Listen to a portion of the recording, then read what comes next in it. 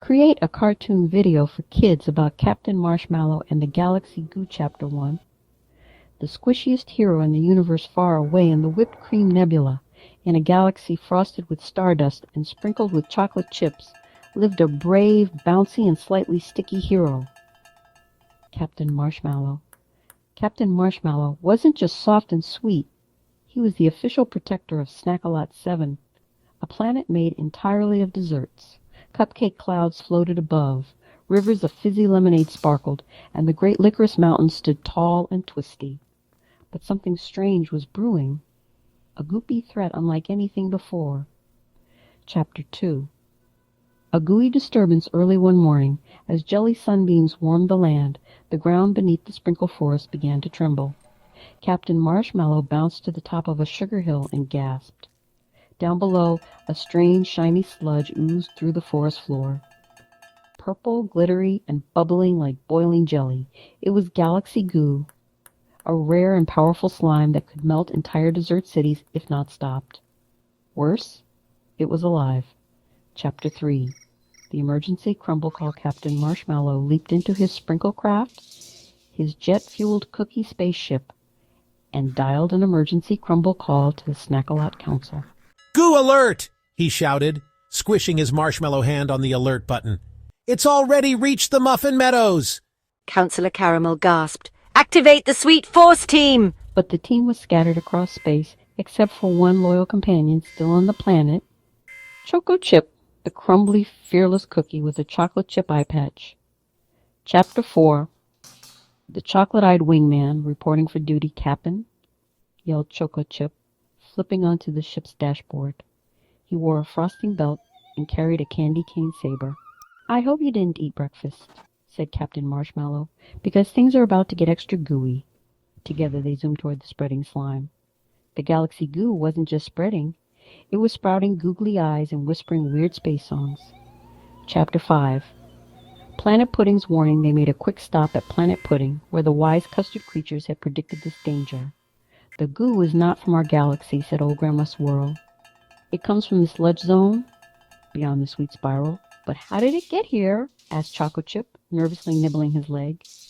It must have hitched a ride through a candy comet wormhole, said Captain Marshmallow.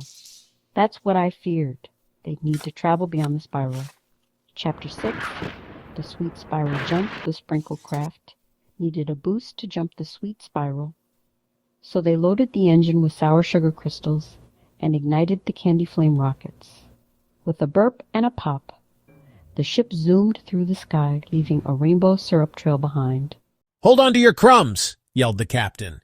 They spiraled through whipped cream winds and dodged flying gummy bears until SPLORP, they entered deep goo space. Chapter 7. Welcome to the sludge zone. The stars here were dim and smelled faintly like expired yogurt. Green clouds oozed past, and the ship slowed. A shadowy shape drifted ahead. It was a floating blob fortress, guarded by sludge monsters called Slobblenauts. They fired globs of goo at the ship. Spellat. Splurg. We've been hit! Cried Choco Chip. The sprinkle craft spun into a jelly tailspin. Chapter 8. Crash landing in the Crumb Belt. They crash landed on Crumb Belt Gamma, a crumbling asteroid covered in stale cookie dust. Captain Marshmallow's squishy form bounced them to safety, but the ship was stuck, wedged between two giant waffle boulders. Choco Chip climbed the mast with a caramel flare. We need help! Just then, they saw movement in the distance. A tiny spaceship shaped like a gumdrop was floating their way. Chapter 9. The bubblegum explorer out popped a bouncing pink explorer with fizzy boots and cotton candy hair. I'm Bubbles, she chirped. Captain of the Gumball Glide, you boys look like you could use a sticky hand. She tossed them a licorice tow rope and helped them tug the sprinkle craft free. Bubbles had been tracking the Galaxy Goo for weeks, and she knew where its lair was hidden, inside a black licorice vortex. Chapter 10. The licorice vortex loop. They joined forces and flew into the spiral of swirling black vines, each tendril trying to grab them and pull them into darkness. Captain Marshmallow gritted his fluff. No licorice vine's gonna stop me. Using the whipped cream turbo boost, They blasted out the other side and entered a glowing chamber of jelly stars. And there it was. The Goo King's throne, a jiggling blob the size of a moon, wearing a crown made of half-melted lollipops. Chapter 11, The Goo King's Offer. "Welcome, sweet snacks," boomed the Goo King. "Join me or be absorbed into the slime." Captain Marshmallow stood tall. You're threatening peaceful snack planets with your gooey goop. "I only wanted a home," said the king, "but your candy worlds rejected me." Because you were sticky and scary, said Choco Chip. We're snacks, not sauce. But Bubbles had a better idea. Chapter 12. A Sticky Peace Plan. Why don't we make you your own planet? She asked. A place where goo can grow and glow. The Goo King paused. "You'd build me a home?" Captain Marshmallow nodded.